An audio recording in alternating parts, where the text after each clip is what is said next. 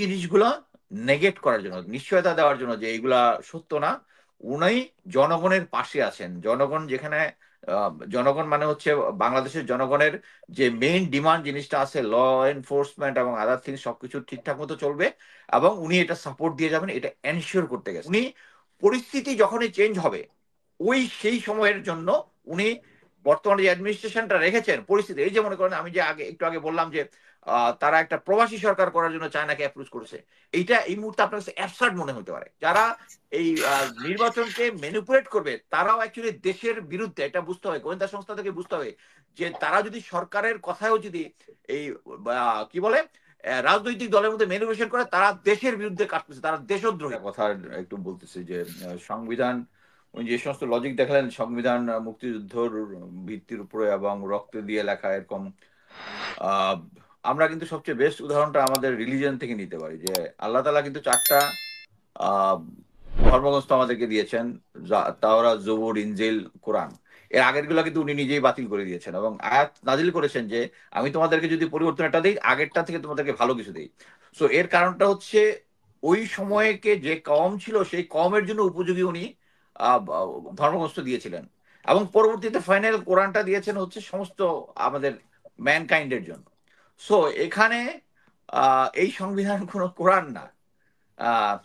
আমরা যদি ধরে নিই যে এখানে যারা আছে বর্তমানের যে গ্রাউন্ড রিয়েলিটির সাথে ওইটাকে অ্যাডজাস্ট করতে হবে, কোরআনকে অ্যাডজাস্ট করতে পারবে না কেউ, কিন্তু এই সংবিধানকে অ্যাডজাস্ট করতে আমরা পারবো বর্তমানের যে দেশের পরিস্থিতি গ্রাউন্ড রিয়েলিটির সাথে অ্যাডজাস্ট করে। এটা যারা সংবিধান বিশেষজ্ঞ তারা পারবেন। আর ছাত্রদের রাজনীতি নিয়ে আমি যেটা বলবো, আচ্ছা এর ছাত্রদের রাজনীতি বলার আগে আমি অ্যাকচুয়ালি ম্যাডাম জিয়ার বাসায় যে ওয়াকার স্যার গিয়েছিলেন, এর আগেরটায় আমি অনেক আনইম্পর্টেন্ট কথা বলার মধ্যে এই ইম্পর্টেন্ট কথাগুলো আমি অ্যাকচুয়ালি বলতে ভুলে গেছি। এটা আমি বলছি যে কয়েকটা স্পেসিফিক জিনিস উনি নিশ্চয়তা দিয়েছেন। সেটা একটা হচ্ছে, আমি আগেই যেটা বলেছি যে জেনারেল ওয়াকার হচ্ছেন একজন স্টেক হোল্ডার।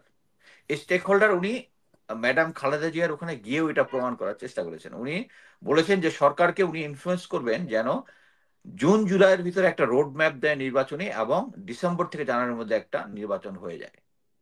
এটা কিন্তু উনার জানা। হ্যাঁ, আর আমি কথাগুলো বলতেছি অনুমানের উপর ভিত্তি করে না, অনুমানের ভিত্তি এইটুকু বলতে পারি, অনুমানের উপর ভিত্তি করে না। তারপরে উনি এনশিওর করার চেষ্টা করতেছেন যে আমরা যারা কথাবার্তা বিভিন্ন সময় বলি, জেনারেল ওয়াকারের বিরুদ্ধে যে সমস্ত বলি, এই জিনিসগুলা নেগেট করার জন্য, নিশ্চয়তা দেওয়ার জন্য যে এইগুলা সত্য না, উনি জনগণের পাশে আছেন। জনগণ যেখানে জনগণ মানে হচ্ছে বাংলাদেশের জনগণের যে মেইন ডিমান্ড জিনিসটা আছে, ল এনফোর্সমেন্ট এবং আদার থিংস সবকিছু ঠিকঠাক মতো চলবে এবং উনি এটা সাপোর্ট দিয়ে যাবেন, এটা এনশিওর করতে গেছেন ওনাকে।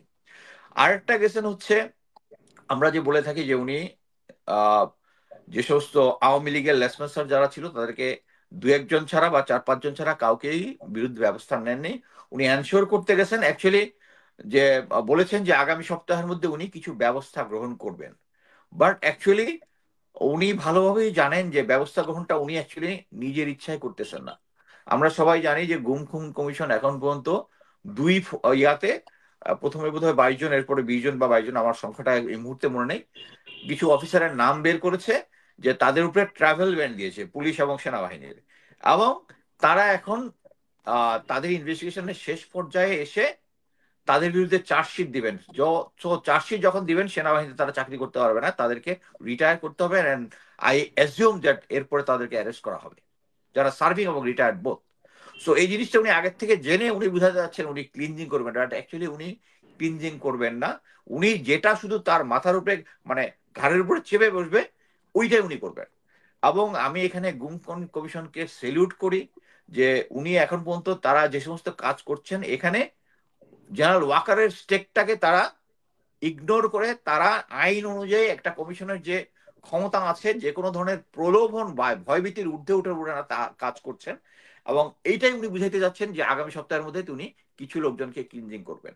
এইটা হচ্ছে এইভাবে উনি আশ্বস্ত করার চেষ্টা করেছেন। বাট আমি এটা বলবো জেনারেল ওয়াকারকে বিশ্বাস করা যাবে না। এর কারণ হচ্ছে উনি পরিস্থিতি যখনই চেঞ্জ হবে সেই সময়ের জন্য উনি বর্তমানে যে অ্যাডমিনিস্ট্রেশনটা রেখেছেন পরিস্থিতি, এই যে মনে করেন আমি যে একটু আগে বললাম যে তারা একটা প্রবাসী সরকার করার জন্য চায়নাকে অ্যাপ্রোচ করেছে, এইটা এই মুহূর্তে আপনার কাছে অ্যাবসার্ড মনে হতে পারে, বাট হয়তো ফিউচারে এমন একটা খেলা শুরু হবে একটা ক্রাইসিস শুরু হয়, যখন তারা ইনিশিয়ালি চেষ্টা করেছিল যে আইন শৃঙ্খলা পরিস্থিতি এমন ভাবে চলে যাবে সেখানে জনগণ বলবে সেনাবাহিনী যেন ক্ষমতা গ্রহণ করে, সেনাবাহিনী ক্ষমতা গ্রহণ করলে কিন্তু সেই শেখ হাসিনা লেসপেসার জেনারেল যাদেরকে রেখে দিয়েছে তারা কিন্তু আবার পাওয়ারে চলে আসবে, এবং তখন আবার ওই যেটা বলে আর কি আপার আসার পথ ক্লিয়ার হয়ে যাবে।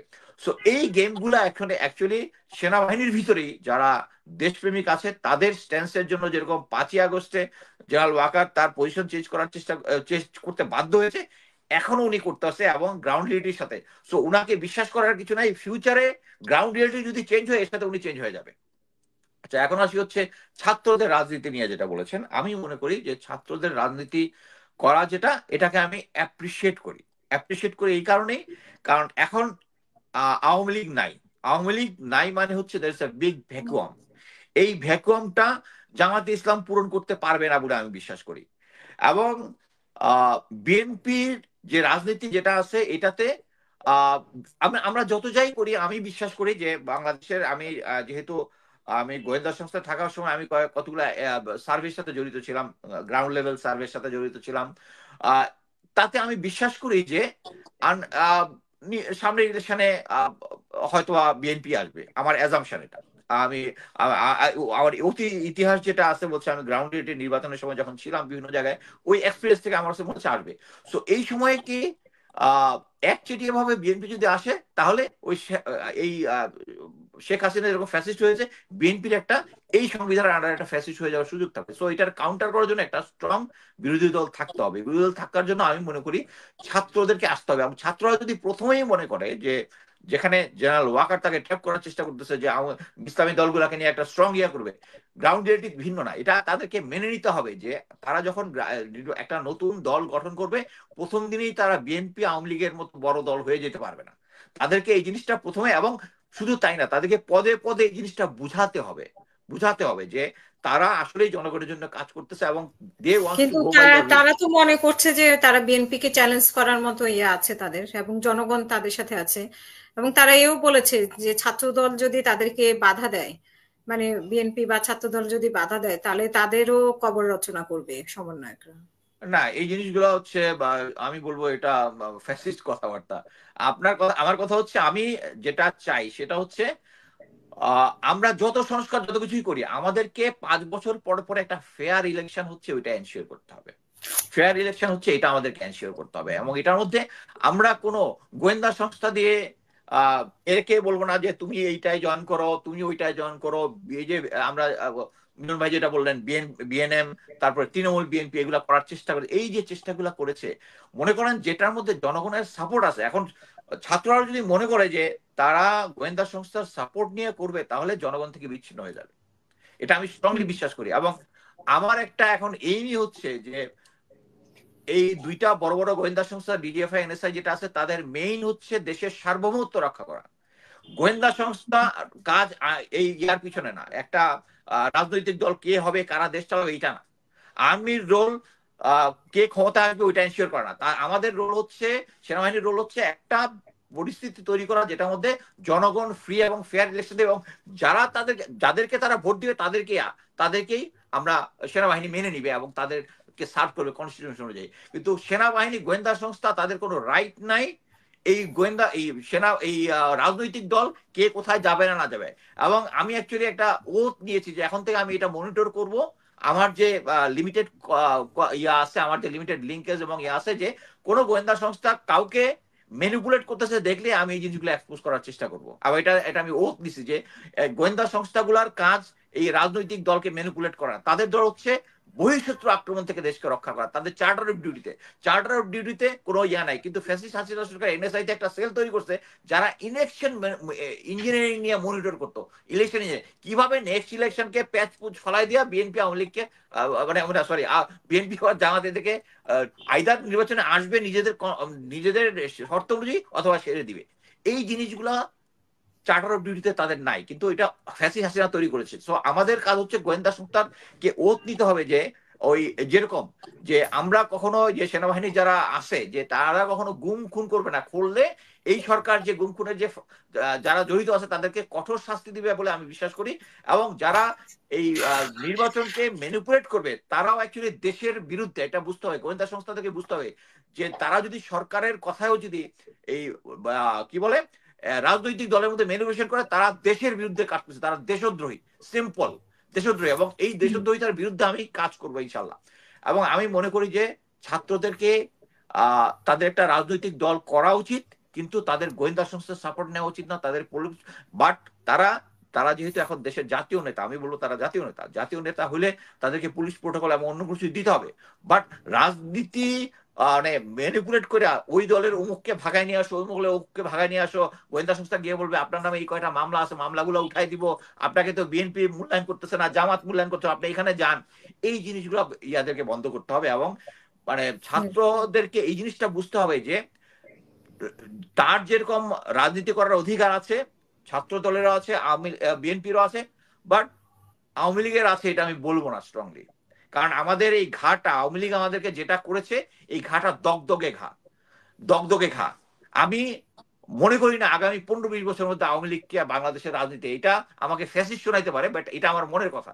আমি জানি না, মানে আমি হয়তোবা গণতন্ত্রের বাইরে কথা বলতেছি, হ্যাঁ, কিন্তু ওরা আমাদেরকে যে সাফার করাইছে আমার মনে হচ্ছে, আমি মনে করি না আগামী 15-20 মধ্যে এই এদেরকে কোনো রাজনীতিতে আসা দরকার। এটা হচ্ছে বিসাইড এভরিথিং, এটা আমার মনের কথাটা বললাম। তা এটা দেশের জনগণ নিবে নাকি সেটা, বাট আমার নিজের মনের কথা হচ্ছে মাই হেট্রেড ফর আওয়ামী লীগ। কারণ তারা এখানে এই বিপ্লবে প্রায় 2000-এর মধ্যে লোকজন মানুষ মারছে, 30,000-এর মতো আহত হয়েছে, চোখ হারাইছে, এটা মেনে নেওয়া যায় না। সো এইটা তাদেরকে বুঝতে হবে। এবং আমি মনে করি যে তাদের উচিত হবে না যে অন্যান্য কাউকে বাধা দেওয়া। এবং আমি মনে করি যে ছাত্ররা রাজনীতি করুক, কিন্তু তারা কোনো সরকারি বাহিনীর কোনো সাপোর্ট নিবে না। যে আমি আশা করি যে ছাত্ররা একটা নতুন পলিটিক্যাল পার্টি নিয়ে আবির্ভাব হবে, এবং ফেয়ারলি, মানে তারা গণতান্ত্রিক ভাবেই যাবে, তারা অগণতান্ত্রিক ভাবে গোয়েন্দা সংস্থার সাপোর্ট নিবে, এটা আমি আশা করি।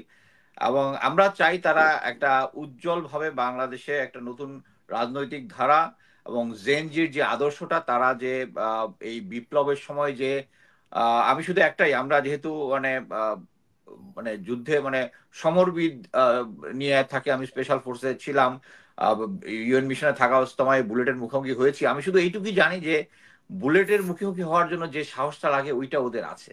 ওইটা যদি ওদের থাকে, ওই যে ওই ভিডিওটা আমার এখনো মানে তাদেরকে কাছে আমার শ্রদ্ধাটা তখনই বেড়ে যায়, ওইটাই যে একটা মরে একটা পরে এবং আর কেউ ওখান থেকে যায় না, এই যে এই ডায়লগটাই, এইটাই আমি ওদের প্রতি আমার এত শ্রদ্ধা। সেই শ্রদ্ধাটা তারা একটা নতুন রাজনৈতিক দল তৈরি করবে এবং জনগণের সমর্থন আদায় করবে, এবং এটা গণতান্ত্রিক ভাবে হবে। আমরা তো এই রক্ত তারাও দিয়েছে, যেটা গণতন্ত্রের জন্য দিয়েছে। সো এই গণতন্ত্রের সেক তারা এই গোয়েন্দা সংস্থার সাপোর্টটা নিবে না, নিজেরা নিজেরা উঠবে, আমরা তাদেরকে পূর্ণ সমর্থন দিব ইনশাল্লাহ। ধন্যবাদ।